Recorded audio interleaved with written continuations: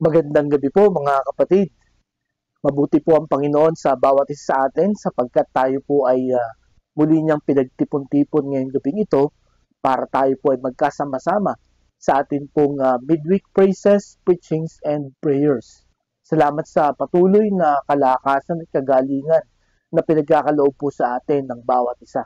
Patuloy nating ipanalangin ang mga kapatiran natin, mga kakilala natin, mga mahal natin sa buhay po na may mga karamdaman dahil po sa nararanasan natin na El Nino or mainit na panahon. Ano po, napakataas po ng heat index ng buwang ito.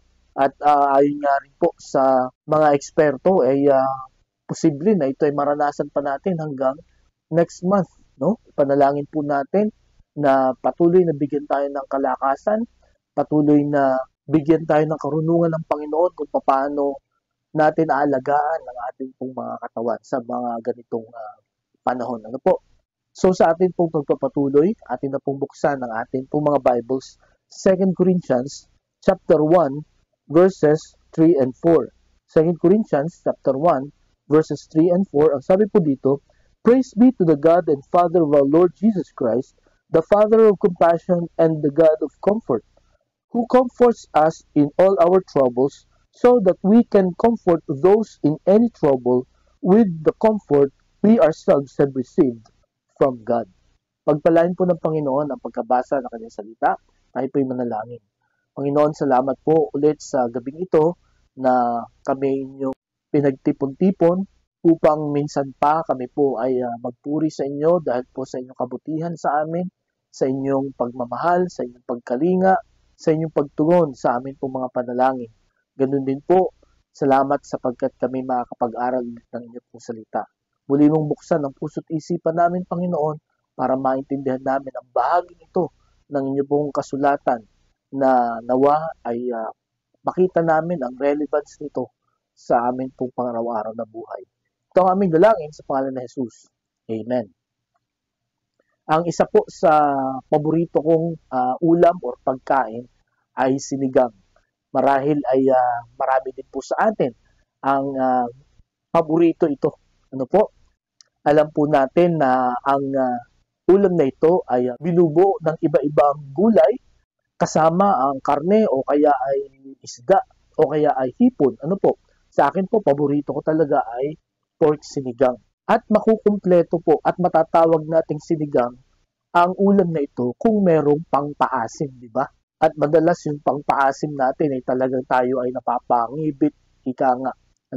Dahil nga napakaasim. Minsan ang ginagamit natin ay isang palok sa probinsya or nung mga bata pa kami ay nilalaga yung sa palok, pinipiga. At yun ang pinanghahalo na pampaasim.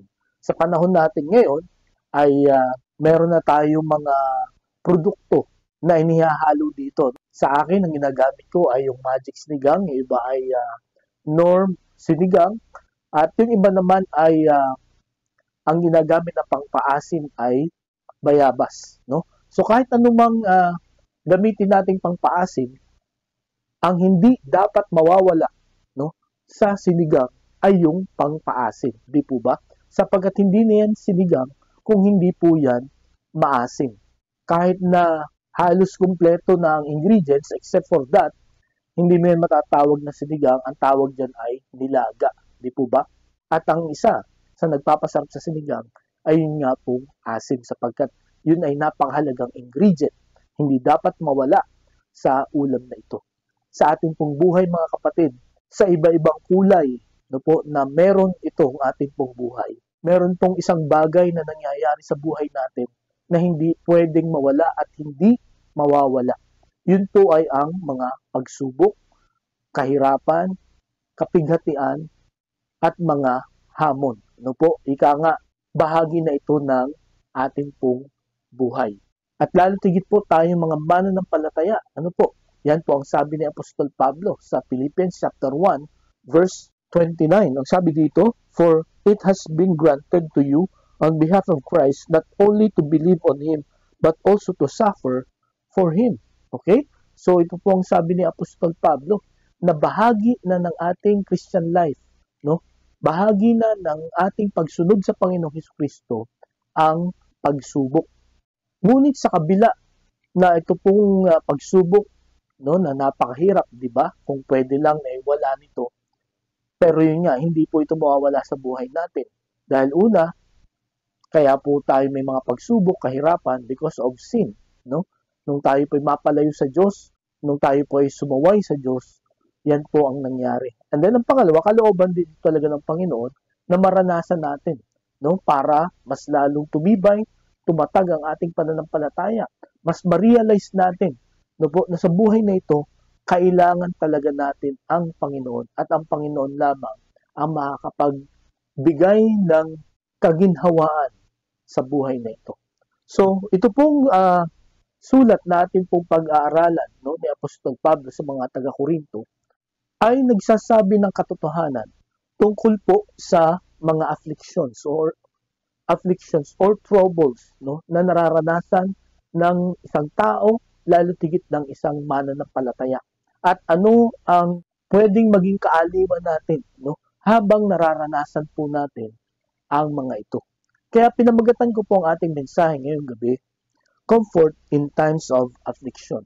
Comfort in Times of Affliction. Kaaliwan sa panahon ng kapighatian. Ano po?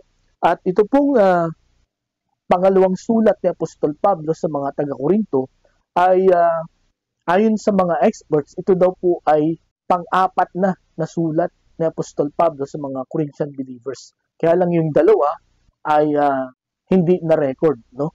Kaya ang inilagay na lang ay yung first at saka second Corinthians. At ito pong pangalawang sulat na ito ay sinulat ni Apostol Pablo the year after na sinulat niya yung first letter to the Corinthians. At this time, iba na ang location ni Pablo. Noong una siyang sumulat sa mga taga-Korinto, siya po ay nasa Ephesus. This time, naandito na po siya sa Philippi. At ang dahilan po kung bakit niya ginawa ang sulat na ito ay una, para i-encourage itong mga Corinthian believers na magpatuloy sa kabila ng pag-uusig, no, kahirapan na kanilang nararanasan sa kanilang pagsunod sa Panginoong Hesukristo. At pangalawa ay para sagutin ang mga nagtatanong, no, sa mga mananampalatayang ito kung bakit si Apostol Pablo, no, na lingkod ng Panginoong Hesukristo ay nakakaranas ng matitinding pagsubok. Kumbaga, kini-question nila na kung talagang yan ay apostol ng Panginoong Hesukristo, kung talagang yan ay totoo, ano, at dapat sundin at paniwalaan, dapat hindi siya nakakaranas ng ganyang kapighatian. At yan po ang inexplain ni Apostol Pablo dito po sa sulat na ito. Dito po sa verses 3 and 4 na atin pong binasa, meron po tayong tatlong katotohanan na makikita tungkol sa comfort in times of affliction or kaaliwan sa panahon ng kapighatian, no, or pagsubok. Ayon po kay Isaac Walsh, no po, ang affliction daw po or trouble na binabanggit dito, ang ibig sabihin po nito ay suffering and burden beyond what our strength can handle, no? Suffering and burden beyond what our strength can handle. Kahirapan, no po, or kabigatan na hindi natin kayang ayusin, no, or lampasan sa pamagitan ng ating sariling lakas o kaya ay talino. Yan daw po ang affliction or trouble na binabanggit dito ni Apostol Pablo, no? So napakahirap nito, ano? Meron po ba kayong ganyang nararanasan or naranasan na pagsubok sa buhay nyo? Na feeling ninyo hindi nyo kakayanin? Or meron ba kayong iniisip na pagsubok, no, na sana hindi mangyari sa atin dahil baka pag nangyari sa atin, hindi natin kayanin. So ito po ang tinutukoy dito ni Apostol Pablo. And then ang sabi pa ni Isaac Walsh, no, yung comfort dito na binabanggit, ang kahulugan daw po nito ay the God-given ability to endure affliction by abandoning our strength and relying on God. So yung comfort, yung kaaliwan daw po dito ay kakayahang bigay ng Diyos para makayanan po natin at mapagtagumpayan itong mga pagsubok na ito sa pamamagitan ng atin pong pag-asa sa Panginoon, no, sa kakayahan niya at hindi sa kakayahan natin. Okay? Napakaganda po ng kahulugan ng salitang ito na mababasa po natin dito sa verses 3 and 4. So, ano po yung tatlong katotohanan na makikita natin tungkol sa comfort in times of affliction? At ang akin pong panalangin ngayong gabi, kung tayo po ay nasa panahon ng affliction or ng trouble, no, ng meron po tayong mga kabigatan, no, pagsubok na nararanasan sa oras na ito, nawa ito po ay magbigay sa atin ng kaaliwan. Katulad po ng naranasan ng mga Corinthian believers nung itinuro po ito ni Apostol Pablo. Ang una pong katotohanan na makikita natin ay the source of comfort in times of affliction. Ang pinanggagalingan, no po, ang pinagmumulan, ang nagkakaloob ng kaaliwan. At makikita natin dito sa verse 3, ang sabi niya, "Praise be to the God and Father of our Lord Jesus Christ, the Father of compassion and the God of all comfort." So makikita po natin dito na in-identify ni Apostol Pablo kung kanino nanggagaling itong kaaliwang ito. Ito ay galing sa God and Father of our Lord Jesus Christ. So sa Trinity, in-specify ni Apostol Pablo na ang comfort ay nagmumula sa Diyos Ama. Okay? Bakit hindi sa Panginoong Hesukristo? Bakit hindi sa Holy Spirit? Di ba ang Holy Spirit, no, ay comforter din, no? So tama po, no? And even the Lord Jesus Christ, no, comforts us. Pero ang pinagmumula noon ay ang Diyos Ama, ang pinanggalingan noon. And even the Lord Jesus Christ needed comfort nung naandito po siya sa lupa, lalo na nung siya po ay pinahirapan at namatay doon po sa krus ng Kalbaryo. Makikita po natin yung kaaliwan at kalakasan na pinagkaloob sa kanya ng Diyos Ama. At dahil po sa katotohanan ito mga kapatid, nawa ma-realize natin ngayong gabi na kung nangangailangan tayo ng kaaliwan, ng kalakasan, ng katatagan sa buhay na ito, sa Diyos lang natin ito makukuha. Ang Diyos lang ang pwedeng magbigay po sa atin. Yung ibang mga tao, pagka sila ay malungkot, pagka sila ay maraming mga pinagdadaanan, ano po ang kanilang mga ginagawa? Or tayo po, personally, ano po ang ginagawa natin pagka tayo po ay malungkot, pagka tayo ay nabigo, pagka hindi po nangyari ang ating pong gusto? Ano po? Saan tayo or kanino tayo kumukuha ng kaaliwan? Yung iba, sila ay namamasyal, yung iba sila ay kumakain, no? Yung iba ay nagiinom, yung iba ay nagsha-shopping, no? Yung iba ay nagkukulong sa kwarto, at marami pang iba na tinatawag silang coping mechanism. Pero nakakalungkot, dito sa mga ginagawa nating mga bagay na ito to relieve us from suffering, no, from loneliness, ay hindi sapat, no? Naandyan pa rin. Ang sabi ni Apostol Pablo sa mga Corinthian believers, dahil nararanasan na nga nila yung matitinding pagsubok, at maging siya, sinabi niya rin dito kung gaano katindi yung pagsubok na kanyang naranasan, no? Tingnan niyo dito sa verses 8 to 11. Ang sabi dito, "We do not want you to be uninformed, brothers, about the hardships we suffered in the province of Asia.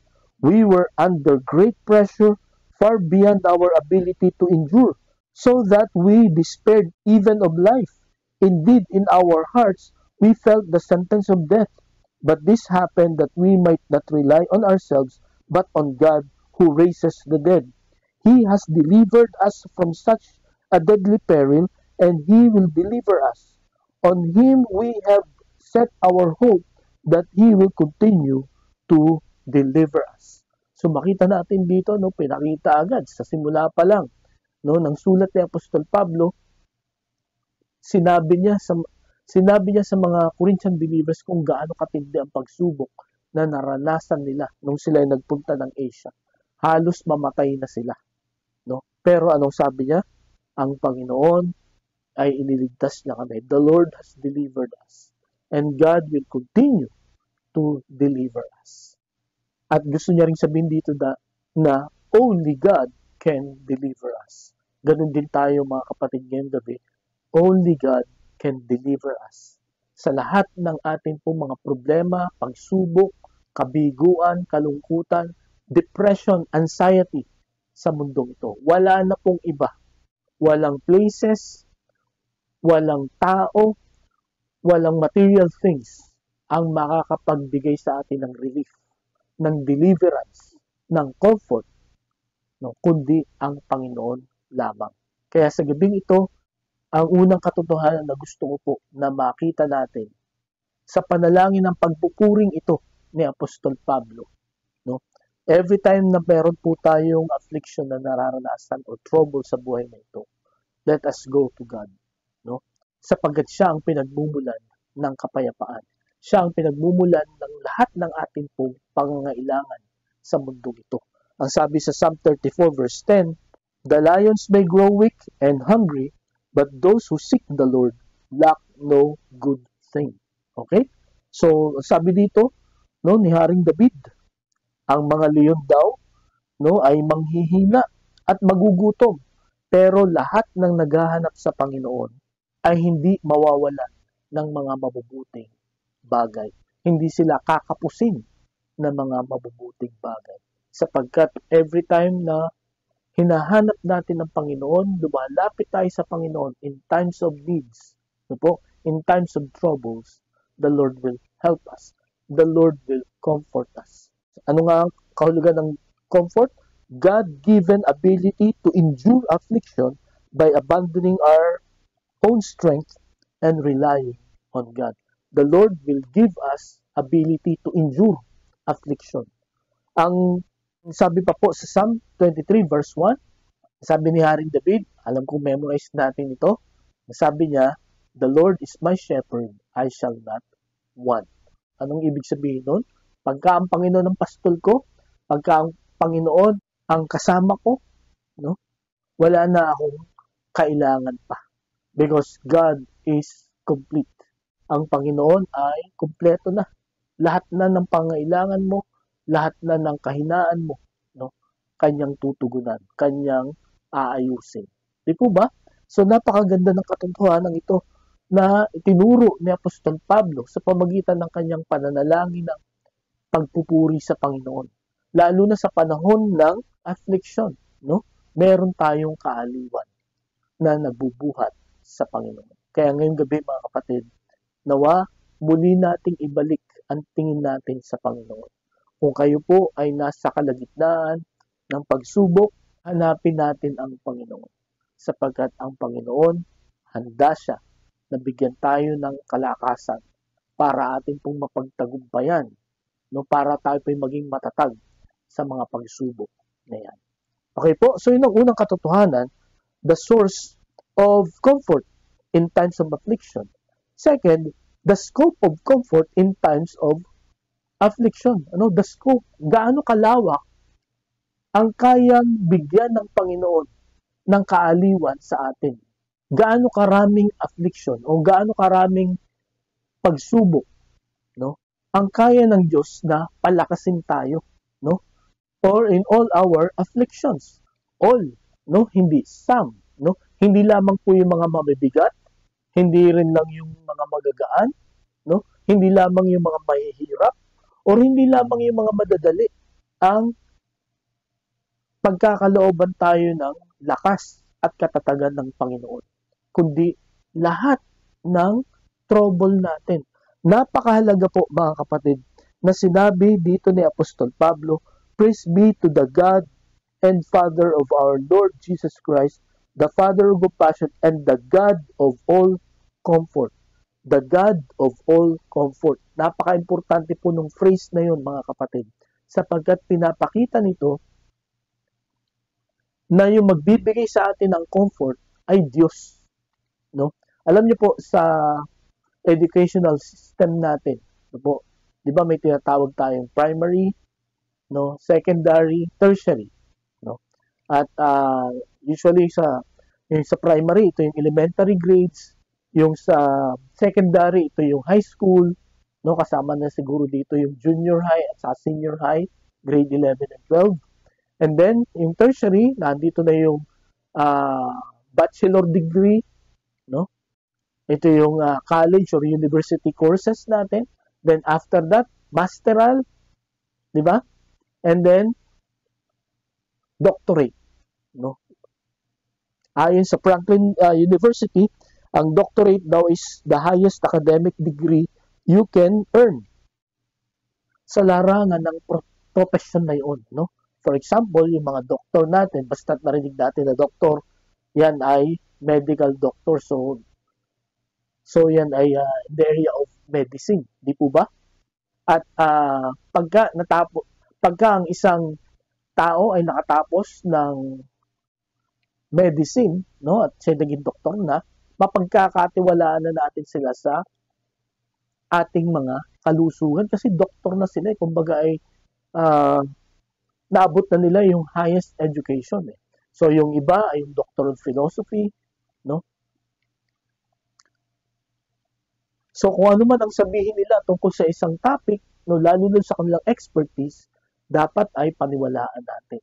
Pero dito, ang sinabi ni Apostol Pablo na mapagkukunan natin at magbibigay sa atin ng comfort, hindi master of comfort, hindi doctor of comfort, but God of all comfort. Diyos, no? Wala nang tataas doon, no? At pagka ang Diyos na nagbigay sa atin ng kaaliwan, sigurado, no? Yun ay pulido, yun po ay effective, at yun po ay mapagkakatiwalaan natin. Katulad ng pagtitiwala natin sa mga doktor. Although minsan yung ibang mga doktor, sila ay pumapalpak dahil sila ay tao lang. Pero sinabi dito ni Apostol Pablo, the God of all comfort. No? Siya ang Diyos. Siya ay makapangyarihan. No? Alam niya ang lahat. At siya ay nasa sa lahat ng dako at hindi siya nagbabago. Itong Diyos na ito ang magbibigay sa atin ng kaaliwan. Alam niyo, habang binabasa ko po ito, just knowing the source of comfort gives me comfort. No? Siguro kung ito ay galing lamang sa tao, itong comfort na ito, baka pagdudahan pa natin. Sapagkat tayo ang mga tao ay makasalanan, nagkakamali po tayo. Pero kung ang kaaliwan at kalakasan ay galing po sa Diyos, banal, makapangyarihan, hindi nagbabago, no? Walang hanggan. Ito po ay more than enough to comfort us, to strengthen us, no? To keep us moving forward sa kabila ng maraming pagsubok na ating pong nararanasan. At ang scope ng comfort na ito ay lahat ng afflictions, lahat ng problema, lahat ng mga problema mo sa oras na ito na para bang feeling mo wala nang makakasolve kahit ikaw. Okay? Totoo yun, no? May mga problema tayo na walang matalinong tao siguro pa ang nabubuhay para maayos ito. But be comforted about this truth, that God of all comfort will comfort us. Okay? In all our troubles. So ano ba ang pinagdadaanan mo ngayon? No, gaano yan kabigat? Gaano yan kadilim? Gaano yan kahirap? Kayang-kaya ng Panginoon. Tayo lang po ay umasa, tayo lang po ay tumawag sa ating pong Panginoon. Because He is there to comfort us, to strengthen us, no? So that we will be able to endure and be victorious sa mga pagsubok na yan. Kung inyong mapapansin, ang sabi niya dito, the God of all comfort, who comforts us in all our troubles. Hindi niya sinabi na the God of all comfort will remove the troubles. No? Hindi niya tatanggalin yung mga trouble po sa mga buhay natin. No? Kundi ang gagawin niya, palalakasin niya po tayo para makayanan natin at malampasan natin ang mga pagsubok na ito.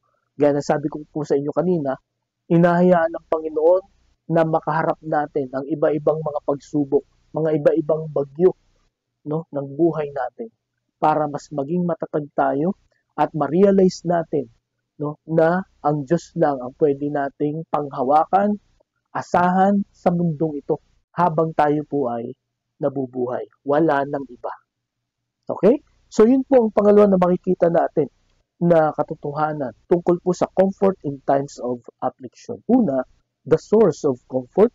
Second, the scope of comfort. And thirdly, the significance of comfort in times of trouble. Bakit po tayo bibigyan ng kaaliwan at kalakasan ng Panginoon sa panahon ng pagsubok? Ang sabi po dito sa verse 4, who comforts us in all our troubles so that we can comfort those in any trouble with the comfort we ourselves have received from God. Okay? So ang una na atin pong makikita na kahalagahan ng pagbibigay sa atin ng kaaliwan at katatagan ng Diyos. Una ay para maging matatag tayo so that all of us will endure, no? And will keep on moving forward, no? Hindi tayo ma-discourage. Ito ang sinasabi niya sa mga Corinthian believers, no? Na bibigyan kayo ng kaaliwan at kalakasan ng Panginoon para magpatuloy kayo na sa kabila ng pagsubok na nararanasan ninyo, hindi kayo mag-quit. Katulad ng naranasan ko. Katulad ng naranasan namin sa paglilingkod namin sa Panginoon, no? Katulad ng matitinding mga pagsubok, no, na naranasan namin. Nasa kabila ng napakatinding pagsubok na yun, because of the Lord, because of His comfort, nandito pa rin kami, nagtutuloy. At ganun din po mga kapatid, ang gusto ng Panginoon, ang kahalagahan ng pagbibigay niya ng kaaliwan at kalakasan sa atin. Para tayo po ay magpatuloy. Hindi para tayo ay mag-relax, hindi para tayo ay mag-slow down, hindi para tayo ay mag-quit. Okay? Kundi para magpatuloy po tayo.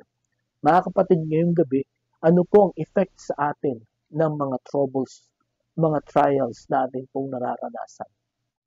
Kung pinapahina po tayo nito, pinapabagal po tayo nito, kailangan po natin tumawag sa God of all comfort.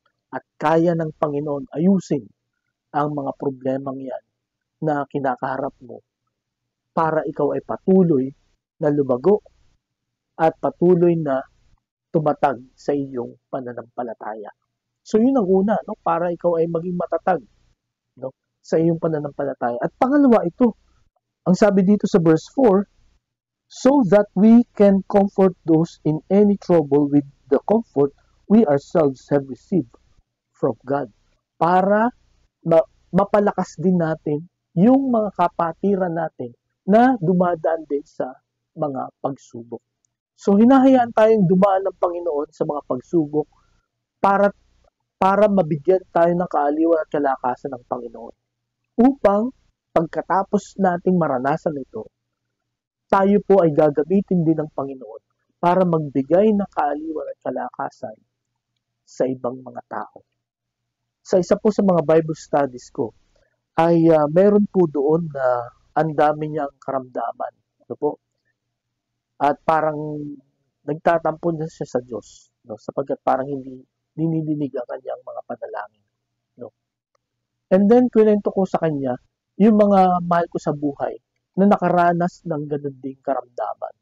No, na sila po ay, na yung mga mahal ko sa buhay na yun ay wala na. No? Namatayan sila. And then, ibinahagi ko rin sa kanya yung mga pagsubok na aking naranasan. No? Simula nung ako ay bata pa hanggang sa oras na ito. At alam nyo ang kanyang conclusion, sabi niya, Pastor, mas matindi pala ang mga naranasan mo kaysa sa akin.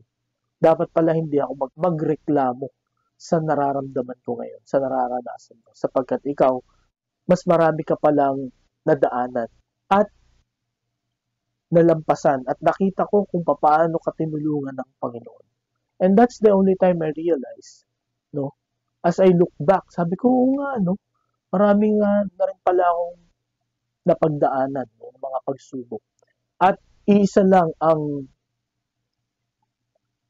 very significant na nakita ko habang lumilipas ang mga panahong yon at sa oras na ito na binalikan ko. That God is faithful, no? That God is a God of comfort, no? Hindi niya ako pinabayaan, hindi niya ako iniwan. Okay? And because of that, no, Yun po ay nagbibigay din sa akin ng kaaliwan, no? Na patuloy na maglingkod sa Kanya, patuloy na gawin kung anong pinapagawa niya sa akin, kahit na hindi ko alam kung ano ang magiging resulta. No? Pero looking back, no? Kung paano naging tapat ang Panginoon sa akin, I know the Lord will also be faithful to me sa mga susunod na mga araw. At na-realize ko na yung mga experiences ko pa lang yun, na during that time, no, habang nararanasan ko yun, sabi ko, ano kayong plano ng Diyos sa akin? Ano kayong mangyayari sa buhay ko? At dahil sa mga karanasang yun, no, na talagang ang Diyos ang tumulong sa akin, nagbigay ito ng kaaliwan, nagbigay ito ng pag-asa dito sa akin pong bina-Bible study. No po? Kumbaga na-realize niya, no, na kung ako hindi ako pinabayaan ng Panginoon, siya din hindi papabayaan ng Panginoon. At ganun din po kayo mga kapatid. Marahil maraming kayong mga karanasan, no, na hindi kayo pinabayaan ng Panginoon. Kaya nawa itong ating pinag-aaralan, no, at ang karanasan ng ibang mga tao na nagpapatuloy sa kabila ng maraming pagsubok ay magbigay sa atin ng kaaliwan at kalakasan na magpatuloy tayo sa paglilingkod natin, no, sa atin pong pananampalataya sa ating Diyos. Sapagkat yan ang dahilan bakit tayo hinahayaan ng Panginoon na makaranas ng pagsubok. So that God will comfort us. At once na ma-experience natin yung comfort na yon, we can share it to others also so that they will also be comforted like us. Di po ba? Para tayo po ay maging channel of blessing. Kaya ang tatlong katotohanan po ito ay napakahalaga natin pong tandaan sa bawat araw ng buhay po natin. Lalo na pagka tayo po ay dumaranas ng pagsubok. No? Ang panalangin ng papuri na ito ni Apostol Pablo, no, ay ibinahagi niya sa mga Corinthian believers sapagkat nakakaranas sila ng pag-uusig ng pagsubok. No? Dapat na matutunan po natin, mga kapatid, ngayong gabi, na merong kaaliwan, no? That there is comfort in times of affliction. No? At mauunawaan natin ito kung malalaman natin kung sino ang source, no? Kung ano ang scope ng comfort na ito at ano ang significance nito sa buhay po natin. Nagpapasalamat ako sa mga tao na ginamit ng Panginoon to comfort me. At sa biyaya din ng Panginoon, it is my prayer that I will also comfort others na nakakaranas din at makakaranas pa ng mga pagsubok na katulad ng naranasan ko. At nawa ganun din po kayo. No? One thing is sure, basta't makaranas po tayo ng pagsubok, the Lord will comfort us kahit anong pagsubok niya. At nawa, magpagamit tayo sa Panginoon to comfort others also. Tayo po'y manalangin. Salamat Panginoon sa inyong paalaala sa amin. Salamat po because you are the God of all comfort. Salamat po sapagkat wala kang pinipiling kabigatan o problema. Kaya kung merong isa o ilan sa amin ang may mabigat na problema sa oras na ito, Lord, comfort them. Give them strength. Give them ability to endure and overcome these trials. And I pray also, Lord, na sana ay gamitin mo rin siya para palakasin, patatagin din ang kalooban ng mga tao na dumadaan din sa mga pagsubok. Salamat po sa mga katotohanan ito. Salamat kay Apostol Pablo na ginamit mo para isulat ito, lalo na yung kanyang mga experiences. Nawa ito po ay nagpatatag at nagpatibay ng pananampalataya namin at ito rin po ay nagbigay ng lakas ng loob sa amin para magpatuloy na maglingkod sa inyo. Sapagkat lahat ng ito'y dalangin namin sa pangalan ni Jesus. Amen. Maraming salamat po sa inyong pakikinig. Pagpalain tayo ng Panginoon at magandang gabi po sa bawat isa.